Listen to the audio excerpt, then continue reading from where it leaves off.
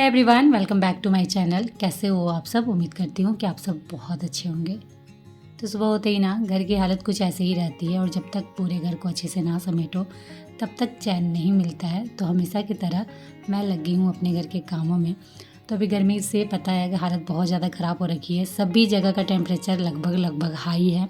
तो यहाँ भी ना बहुत ज़्यादा हालत ख़राब हो रखी है और ख़ासकर टॉप फ्लोर पे हूँ इसलिए ज़्यादा। और मैं इस गर्मी से निजात पाने के लिए ना डेली कुछ ना कुछ ट्राई करते रहती हूँ जिससे घर थोड़ा बहुत तो ठंडा हो सके। लेकिन दिन भर जैसे तैसे बीत जाता है, उतना पता भी नहीं चलता है क्योंकि कुछ ना काम में बिजी रहती हूँ। लेकिन रात होने से ना चैन वाली सुकून वाली नींद चाहिए। सो अभी ना हम नीचे सो रहे हैं क्योंकि बेड पे सोने का इच्छा बिल्कुल नहीं हो रहा है। बहुत ज़्यादा गर्मी लग रही है, बहुत ज़्यादा बेड गर्म लग रहा है।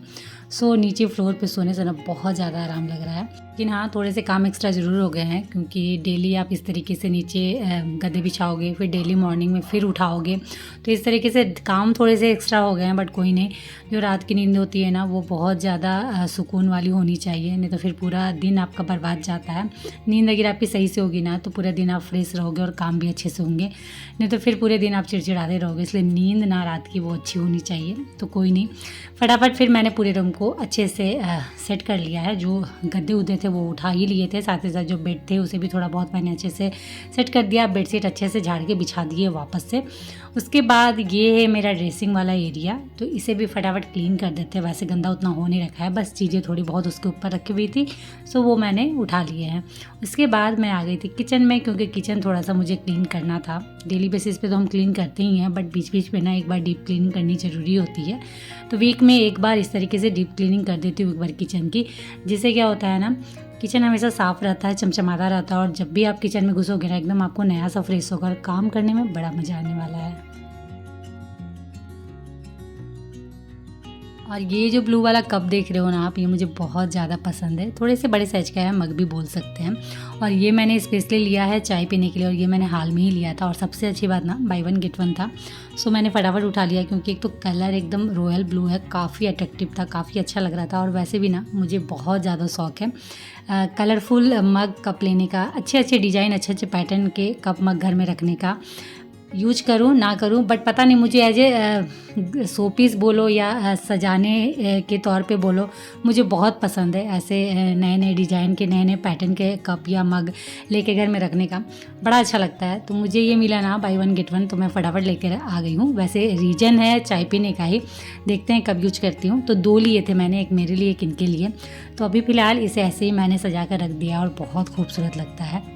और सबसे बड़ी बात ना, हमेशा हमें यही कोशिश करनी चाहिए ना कि जिस चीज़ से हमें खुशी मिलती है ना उसे अपने अगल बगल ही रखें, ताकि कभी भी वैसा मोमेंट हो ना जब हम उदास हों, थोड़ा सा सैड फील कर रहे हो, थोड़ा सा लो फील कर रहे हो ना, तो वो चीज़ें अगर आसपास हो ना तो देख के मन खुश हो जाए।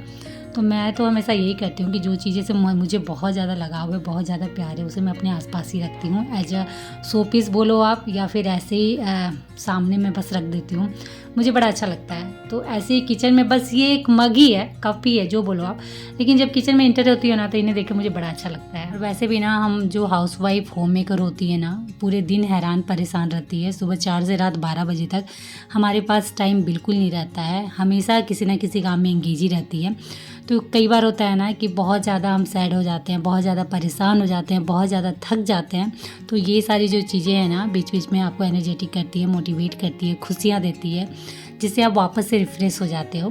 तो ज़रूरी है अपने आप को भी खुश रखना, क्योंकि जब हम हैप्पी रहेंगे ना, जब हम खुश रहेंगे, जब हमारा मन खुश रहेगा ना, तभी बाकी के काम भी अच्छे से हो पाएंगे। नहीं तो काम तो आप भले करोगे लेकिन इरिटेशन में, चिड़चिड़ा के, गुस्से में वो सारे काम होंगे। जो खुश दिमाग से, खुश मिजाज से हम काम करते हैं ना, वो नहीं होने वाले हैं। सारे काम आप गुस्से में ही, चिड़चिड़ा के ही करने वाले हो। तो इसलिए अच्छा है ना कि अपने आप को खुश रखने का ना बहाना ढूंढो। छोटी छोटी चीज़ें जिससे आपको खुशियाँ मिलती है ना, वो काम पहले करो, उसके बाद फिर बाकी के काम होते रहेंगे। तो मेरा तो यही फंडा है, जिससे मुझे बहुत ज़्यादा खुशी मिलती है। जिन चीज़ों को करके मुझे खुशी मिलती है ना, वो मैं पहले करती हूँ, उसके बाद बाकी सारे काम।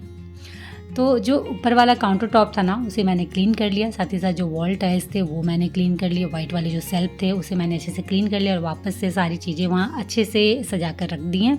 एंड उसके बाद जो नीचे वाला जो कैबिनेट है उसे भी मुझे फटाफट क्लीन करना था, क्योंकि डेली बेसिस पे एक बार तो हाथ घुमाती हूँ, लेकिन ऐसे जब वीक में क्लीन करती हूँ ना तो अंदर बाहर सब तरफ देख लेती हूँ, अगर कहीं भी कुछ गंदा होता है ना तो अच्छे से क्लीन कर देती हूँ। यहाँ तक कि जो अंदर मैंने मैट या पेपर डाला है वो भी गंदा हो रखा है, तो उसे भी फटाफट उसी वक्त चेंज कर देती हूँ।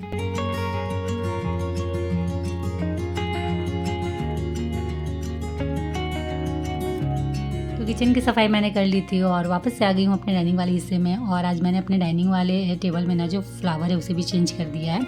मैंने उस दिन लगाया था कनेल वाले फूल, वॉक पे गई थी तो मिला था मुझे, और आज मैंने लगाया है ये कागज़ के फूल, बोगनवेलिया शायद बोलते हैं इसे। मुझे बहुत ज़्यादा पसंद है और ये भी ओरिजिनल है, ये भी मुझे रास्ते में ही मिला था। अभी क्या है ना, शाम में रोज़ हम वॉक पे निकल रहे हैं, गर्मी आ गई है ना तो घर में शाम में रहने का बिल्कुल मन नहीं करता है, तो वॉक पे ही आमने सामने निकल रहे हैं, तो रास्ते किनारे ना या फिर किन्हीं के घर में इस तरीके से मिल जाते हैं, तो बस वहीं से हमने इसे लाया है और बहुत खूबसूरत लग रहा था। फटाफट मैंने डाइनिंग क्लीन कर दिया है और युग वहाँ बैठ के पढ़ रहा था तो बहुत ज़्यादा मैंने वहाँ डिस्टर्ब उसे नहीं किया। फटाफट साइड से मैंने डाइनिंग क्लीन कर दिया है और उसके बाद आज जितने भी घर में डोर है ना उनकी साफ़ सफाई मुझे करनी है, क्योंकि डेली बेसिस पे ना पूरे घर को हम चमका डालते हैं, पूरे घर की साफ़ सफाई करते हैं, डस्टिंग करते हैं, लेकिन घर के कुछ ऐसी चीज़ें हैं ना, घर के कुछ ऐसी जगह हैं जिन पर हमारा ध्यान जाकर भी नहीं जाता है, मतलब जिसे देख कर भी हम अनदेखा करते हैं और उनकी साफ़ सफाई करना उतना शायद हम ज़रूरी भी नहीं समझते, इसलिए उन पर ध्यान ही नहीं जाता है। लेकिन यही हम गलती करते हैं। घर साफ़ मतलब बाहर से अंदर तक घर का हर एक कोना साफ़ होना चाहिए, घर की हर एक चीज़ें साफ़ होनी चाहिए, तब सही मायने में आपका घर साफ़ हुआ। तो इसलिए ना मैं क्या करती हूँ कि डेली बेसिस वाली जो मेरी क्लीनिंग होती है वो तो होती ही है, लेकिन मंथ में एक बार जो जितने भी घर के दरवाजे हैं, खिड़कियाँ हैं, या फिर जो स्लाइडिंग वाला डोर है, या फिर स्लाइडिंग वाला जो चैनल जहाँ चलता है वो वाला हिस्सा हो गया, उन सब की क्लीनिंग ना मंथ में एक बार मैं ज़रूर कर देती हूँ। वैसे भी डेली बेसिस पे हम इनकी क्लीनिंग नहीं कर सकते हैं, चाहकर भी हम इनकी क्लीनिंग नहीं कर पाएंगे, क्योंकि घर में बहुत सारे काम होते हैं और सिर्फ झाड़ू भी पोछा लगाते लगाते ना हालत ख़राब हो जाती है। और ऐसे अगर आप एक एक चीज़ की क्लीनिंग करने बैठो ना तो बहुत टाइम लग जाना है, फिर बाकी के काम होंगे ही नहीं। तो अगर आपको हमेशा अपने घर को साफ़ सुथरा और सुंदर रखना है ना तो एक ही चीज़ हम कर सकते हैं, और वो है जो हमारे साफ़ सफाई के तरीके हैं ना उन्हें थोड़ा सा हमें अपग्रेड करना होगा, थोड़ा सा चेंज करना होगा। जो डेली बेसिस पे हम साफ़ सफाई करते हैं वो तो रहेगा ही रहेगा, लेकिन कुछ साफ़ सफाई ना हमें वीक में और मंथ में बांटना होगा। घर के कुछ ऐसे हिस्से जिसे डेली बेसिस पे आप साफ़ ना भी करो तो भी चलेगा, तो उसे आप वीक में करो। और घर के कुछ उन चीज़ों की साफ़ सफाई जिसे महीने में एक बार हम करेंगे तो भी चलेगा, तो उन्हें महीने में एक बार आप करो। जैसे किचन की जो मैंने डीप क्लीनिंग की है वो वीक में एक बार मैं करती ही करती हूँ, क्योंकि अगर मैं महीने में एक बार करने जाऊँ ना या फिर 2-3 महीने में एक बार करूँ तो बहुत ज़्यादा बर्डन मेरे ऊपर पड़ेगा, बहुत ज़्यादा मुझे मेहनत और टाइम देना पड़ेगा उसमें। लेकिन अगर वीक में एक बार करूँगी ना तो किचन भी हमेशा साफ़ रहेगा और बहुत ज़्यादा टाइम और मेहनत भी नहीं लगेगा। ठीक वैसे ही महीने में एक बार अगर हम अपने घर के खिड़कियों और दरवाज़ों को देते हैं ना अपना समय, तो पूरे महीने के लिए आप निश्चिंत रहोगे। जैसे आप ये देख सकते हो जो स्लाइडिंग का चैनल है ना वहाँ से कितनी गंदगी निकली है। तो इस तरीके से ना महीने में एक बार जितने भी घर की खिड़कियाँ हैं, दरवाजे हैं, स्लाइडिंग डोर है, चैनल है, जो भी इस तरीके के हैं उनकी क्लीनिंग एक बार कर दीजिए। आप पूरे महीने आप निश्चिंत रहने वाले हो और डेली बेसिस पे ना ये इतने ज़्यादा गंदे होते भी नहीं है जिसके चलते आप परेशान रहो। बस हाँ, मंथ में एक दिन ज़रूर टाइम निकाल देना जिससे इनकी क्लीनिंग बहुत अच्छे से हो जाए।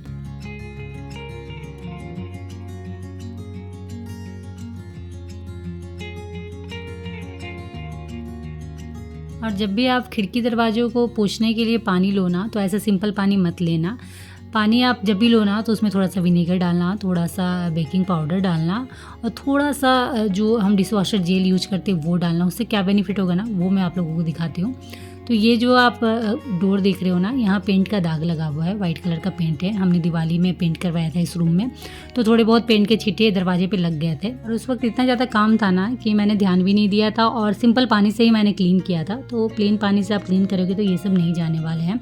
तो जब मैंने ये वाला लिक्विड ट्राई किया ना तो रिजल्ट आपके सामने है कि कितने अच्छे से जो पेंट के दाग थे वो एकदम निकल गए हैं, ना दरवाजे पे खरोच आई है ना कुछ हुआ है। बहुत स्मूथली, बहुत अच्छे से जो पेंट के दाग डोर पे लगे हुए थे वो एकदम क्लीन हो गए थे। तो अगर आप भी इन सारी चीज़ों को क्लीन करना है या फिर क्लीन करने की सोच रहे हो ना तो प्लेन वाटर, सादा पानी मत लीजिएगा, उसमें ये सारी चीज़ें ऐड ज़रूर कर लीजिएगा और उसके बाद जो लिक्विड रेडी होगा ना वो बहुत ही ज़्यादा इफ़ेक्टिव होने वाला है।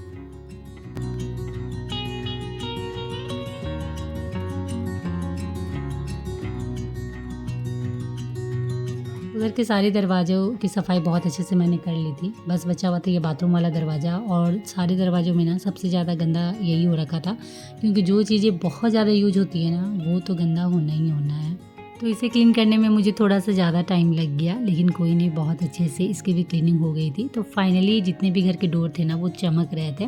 और उसके बाद मैं आ गई हूँ बाथरूम में, क्योंकि जैसे मैंने पहले भी कहा ना कि आज मैं उन चीज़ों की साफ़ सफाई पे ज़्यादा ध्यान दूँगी जिस पे हमारा ध्यान जाता ही नहीं है, या फिर देख के भी हम अनदेखा करते हैं।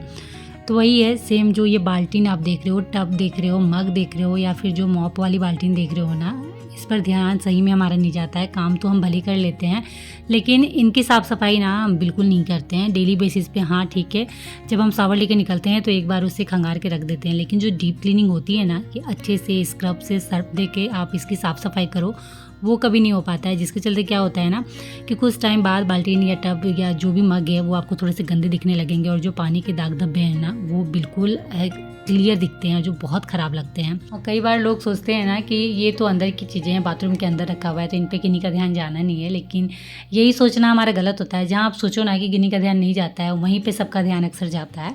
तो भले ही हम घर को अपने कितना भी चमका लें, लेकिन ये सारी चीज़ों को इग्नोर करते हैं ना, वही हमारी सबसे बड़ी गलती होती है। और वैसे भी बाथरूम आपका चमक रहा हो, चकचका रहा हो, और जो बाथरूम में रखी हुई चीज़ें हैं, चाहे वो मग बाल्टी नहीं क्यों ना हो, और वो गंदी पड़ी हुई हो, तो कैसा लगेगा। इसलिए जब हम घर की साफ़ सफाई की बात कर रहे हैं ना, तो हर एक चीज़ घर की साफ़ सफाई के अंदर आती है, जिसे हम इग्नोर नहीं कर सकते हैं। डेली बेसिस पे आप उनकी साफ़ सफाई नहीं करो, बट हाँ जब भी टाइम मिले महीने में एक बार ज़रूर आप उनकी साफ़ सफाई कर दो। जिससे दो चीज़ें होंगी, एक तो बाथरूम के साथ साथ जो बाथरूम के अंदर में चीज़ें रखी हुई हैं, बाल्टीन टब मग, वो सारे चमक उठने हैं, और दूसरी हेल्थ के हिसाब से भी ये बहुत बेनिफिट होने वाला है, क्योंकि जिस चीज़ का हम अपनी डेली लाइफ में यूज कर रहे हैं और वही गंदा हो रखा है, तो सोचिए क्या होगा आपकी हेल्थ पे असर। तो इसलिए ना इन्हें इग्नोर के पकड़ने के बजाय आज से स्टार्ट कर दीजिए इनकी साफ़ सफाई करना।